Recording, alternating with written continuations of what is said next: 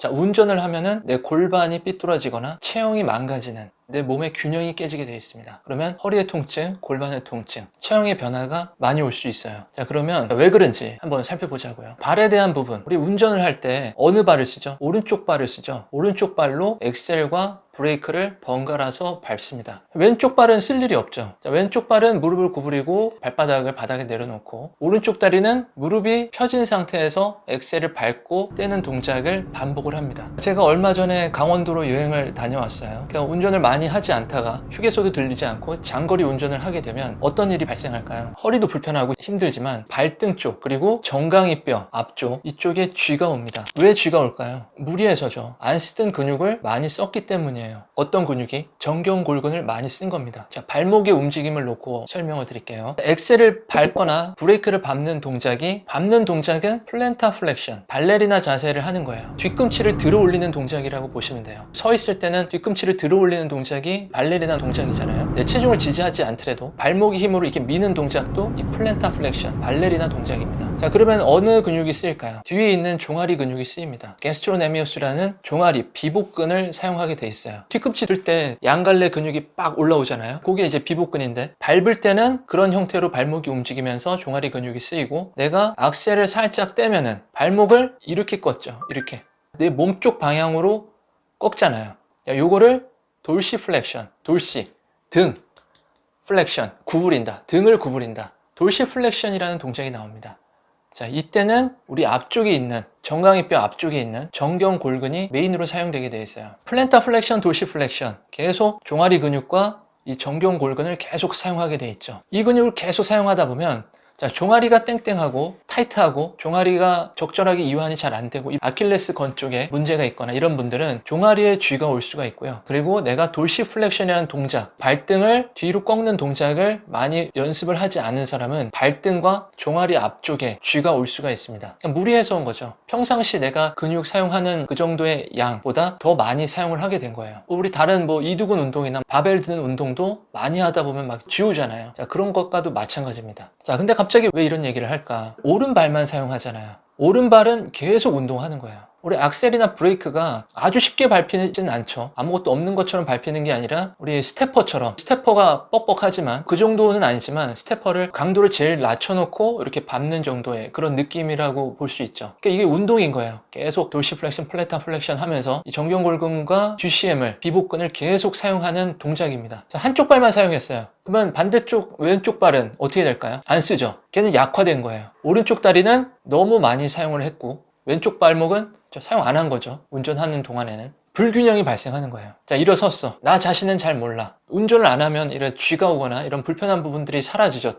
또 이제 어떤 여행지를 가고, 그리고 집으로 돌아갈 때 또 오른쪽 다리만 계속 사용하게 돼 있죠. 자, 그래서 운전을 자주 하시는 분들 있잖아요. 내가 운전을 해서 회사를 가든 학교를 가든 아이들을 데려다 주든 운전을 많이 하는 사람들은 오른쪽 발목만 강화가 돼 있는 거라고요. 자, 그런데 왼쪽 발목에 10년 전, 20년 전에 농구를 하다가, 아니면 어떤 교통사고가 살짝 있었다든지 심하게 삐거나 어떤 손상이 있었던 경험이 있던 분들이 있죠. 자, 이런 분들은 병원 치료가 다 마쳤다 하더라도 이 스포츠 재활 운동, 약화된 근육을, 신경근을 강화시키는 운동을 하지 않았다면 이 왼쪽 다리는 그 10년, 20년 동안 계속 약화된 상태로 산 거예요. 그런데다가 이 발목에 대한 이런 움직임을 모르니까 운동을 이렇게 제대로 정확하게 한 경험도 없고, 자, 그 상태에서 내가 운동을 하든 아니면 걸어 다니든 러닝을 하든 다양한 동작들을 내가 내 체중을 싣고 할 때 오른쪽은 견고한 거예요. 오른쪽은 발목부터 무릎, 고관절, 이 어깨까지 견고하게 버텨주는데, 왼쪽 다리는 발목이 불안정해서 왼쪽은 무릎이 불편해지고 골반이 불편해지고 어깨가 불편해지는 그런 현상이 발생합니다. 그러니까 이게 삐뚤어지는 거죠. 그러니까 발목으로 인해서 무릎이나 골반, 얘네들이 안쪽으로 말릴 수가 있고 뒤틀어질 수가 있는 겁니다. 자, 거기서부터 문제들이 다 시작이 되는 거예요. 자, 골반이 삐뚤어진 게 다른 여러 가지 영향이 있을 수 있겠지만 이 발목으로 인한 요인이 굉장히 큰 거예요. 왜? 우리는 체중을 싣고 다니니까. 자, 다리를 꼬는 거 있죠. 다리를 꼬는 거. 다리 왜 꼴까요? 자, 그쪽 발목이나 발바닥에 문제가 있었던 분은 앉을 때도 살짝 내 다리의 체중을 싣게 돼 있죠. 발바닥에, 발목에 아주 적게 싣게 돼 있는데, 그것조차 불편하기 때문에 다리를 들어 올리는 게 다리 꼬는 거라고요.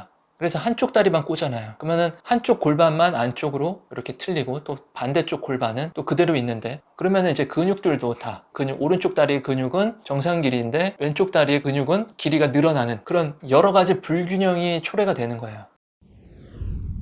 자, 그래서 이 부분을 해소를 해야 된단 말이에요. 불균형을 해소해야 되는 거예요. 통증이 안 오고 그러려면. 그게 이제 계속 기계적인 스트레스가 계속 발생해서 그러면은 결국에는 염증이라든지 어떤 질병으로 악화가 될 수가 있거든요. 그런 부분을 사전에 충분히 예방을 할 수가 있습니다. 통증도 마찬가지고요. 자, 그러면 어떻게 해야 되냐? 자, 왼쪽 다리를 운동을 더 많이 해주는 거예요. 운전하기 전에 왼쪽 다리를 더 많이, 발목에 대한 운동을 더 많이 해주고, 자, 운전을 한 이후에도 왼쪽 발을 더 많이 운동을 해주는 겁니다. 그래서 균형을 맞추는 거예요. 자, 운동 방식은 운전했을 때 방식하고 마찬가지입니다. 발목을 당기는 동작, 돌시플렉션 동작을 이렇게 앉아서 무릎을 편 상태에서 우리 운전하듯이 발목을 당기는 거예요. 발목을 당길 때 발목이 이렇게 안쪽으로 틀리거나 바깥쪽으로 가는 게 아니라 그대로 오는 거예요. 그대로. 내 몸쪽 방향으로 발등이 그대로 와야 앞에 있는 정경근 골근이 제대로 사용이 됩니다. 그리고 발레리나 자세, 이 자세 있죠. 이 자세는 이렇게 해도 되지만, 이렇게 우리 돌시플렉션, 플랜타 플렉션도 하지만 뒤꿈치 들어올리는 운동을 하는 거예요. 어떻게? 한 발로 서서. 발이나 발목에 어떤 질환이 있는 분들은 이런 동작을 하시면 안 되고요. 내 안정화를 위해서 하는 동작이라고 보시면 돼요. 왼쪽 발을 들어 올리는 거예요. 뒤꿈치를. 발가락이 다 펴져 있어야 되고 뒤꿈치를 최대 높이로 들어 올리는 겁니다. 자, 근데 처음에는 힘들 거예요. 처음에는 다 들지 말고 깔짝깔짝 들어 올리세요. 자, 근데 무릎과 발끝은 같은 방향을 바라본 상태에서 뒤꿈치를 들어 올리는 겁니다. 그때 무릎은 펴야 되고요.